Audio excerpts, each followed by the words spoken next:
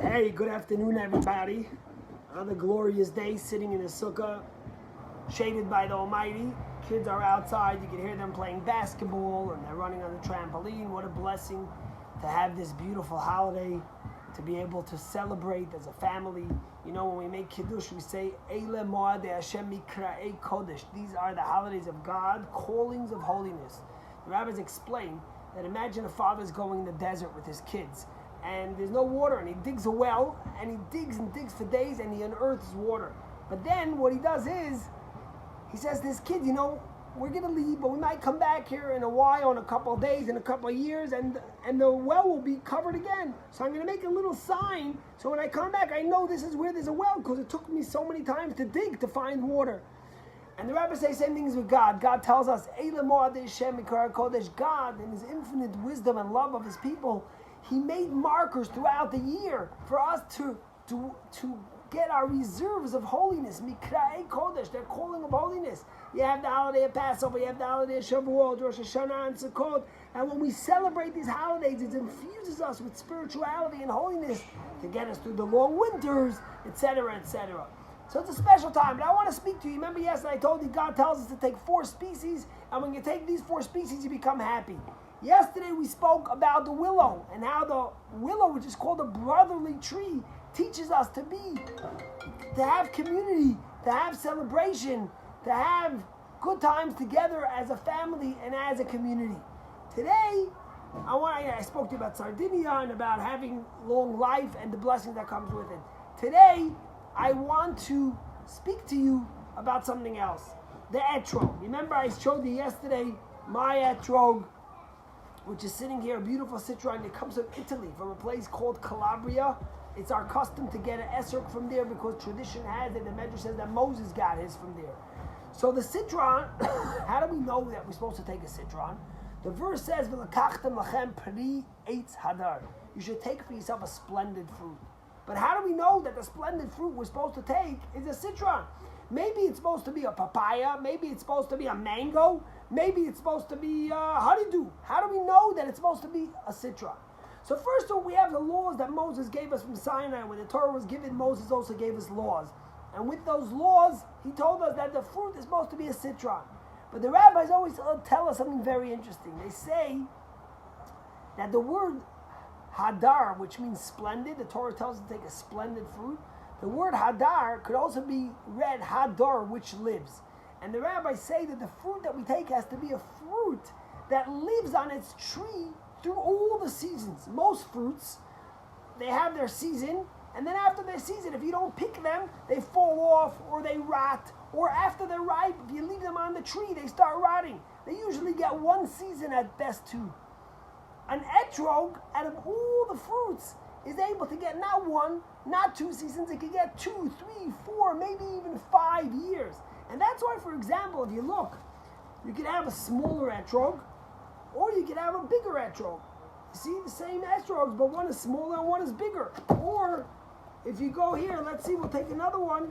Here is one that was even tinier, and it's very green because it was taken down early. This esrog, the big one on the right, probably sat on the tree for a couple of years before it was plucked. Ironically, our little Shayna, she's monkey see, monkey do. She saw all the kids have an etrog. She says, what about me? What about me? So what I did was I gave her the box of mine because Gruni got me a silver box years ago. So I gave her my box, and then I went into the fridge and I got her a lemon. Boy, it's already getting moldy because it's sitting outside the whole time. I said, here's your etrog. And she was walking around shul outdoors, so proud. She has the etrog. Of course, it was a lemon. But anyway, so the rabbis say that the commandment is that we need to take a fruit that stays on its tree throughout the seasons. And a citron, an etrog, is the only fruit that can stay on for 1, 2, 3, 4, sometimes even 5 seasons. What's the message, right? The rabbis tell us when we take these fruits, we enjoy happiness. What is the message that Esrog gives us? This is something very interesting. The seasons is really a microcosm for our life. You have the young budding years of our youth. Then you have the maturity of our adulthood. Then you have, as we get older, into the fall, and then you have the winter of our aging. Our whole life is a microcosm of the four seasons. You have good days, you have bad days, cold and hot. You have happy days and sad days, dark days and light days. Throughout our life, we have all these seasons within us. Sometimes you wake up and the sun is shining. It's great. It's warm like today. And another day it's cold and it's wintry and the chills through your bones. You don't even want to get out of bed. Many people, they tend to excel and to thrive in a certain season. Some people are sunny days. They like when things are good, when life is happy, when the sun is shining, when it's warm. Some people, they do good on dark days. Not everyone moves to Florida and loves the sun. Some people like the gray days, or they like the cold days. Some people stay in New York, right? But what all these people have in common is that they thrive only in a certain season.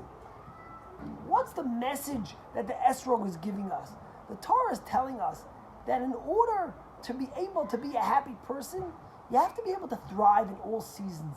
You have to see the beauty in the fall when the leaves are falling, in the summer when it's warm, in the winter when it's snowing, in the spring when it's raining and things are starting to bud. You see the potential of what could happen.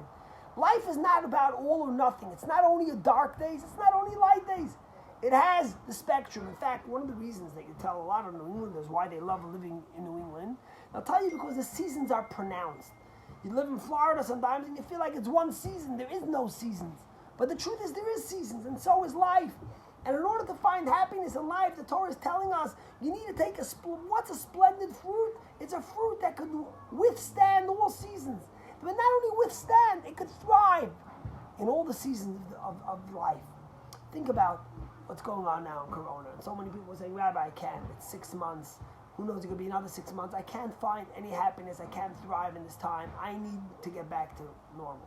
We all want to get back to normal. But we have to realize that within every experience, when we stand strong and we learn to live in those experiences, we learn to live through the challenges and the different seasons, then we are able to live a life of joy, of success, of commitment. The same is with God. Sometimes someone gets up in the morning and says, oh, today I feel good, the sun's out, I'm going to wrap my tefillin, I'm going to pray to the Almighty, I'm going to be enthusiastic, I'm going to meditate. And then there's other days, I don't want to get up in the morning, I don't want to hear about God, I want to stay in bed and watch TV. But the truth is that God wants a relationship with us through all the seasons. He wants a consistency. You know, in the 1940s, there was this young couple who decided for their honeymoon they were going to rent a cabin in Sherwood Lake for 3 nights.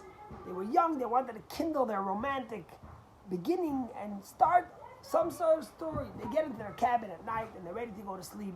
And to all their luck, there's a woodpecker that's outside on the top of their cabin and plucking away and making noise. They cannot sleep the entire night.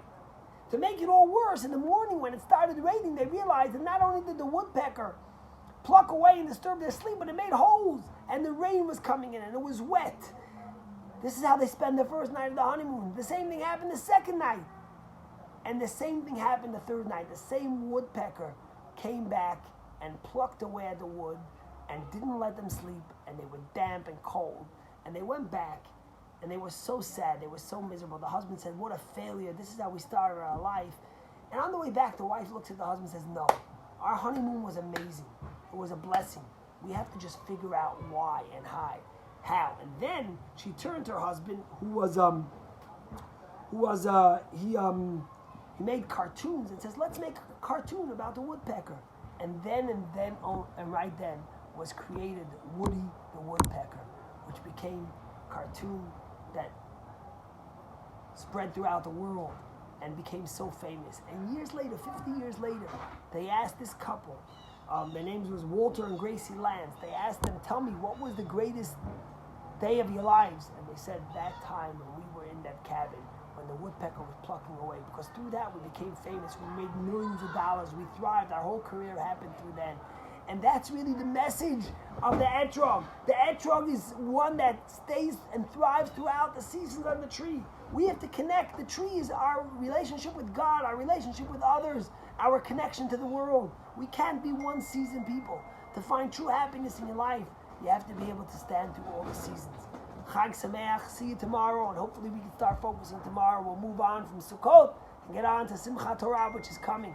But just in case you're wondering, we're having a huge outdoor safe celebration on Sunday from 12:30 to 2, but you need to RSVP, only by RSVP. Chag Sameach, enjoy the day, enjoy your sukkahs. If you want to come bless on a lulav and etrog, we're around, and see you tomorrow.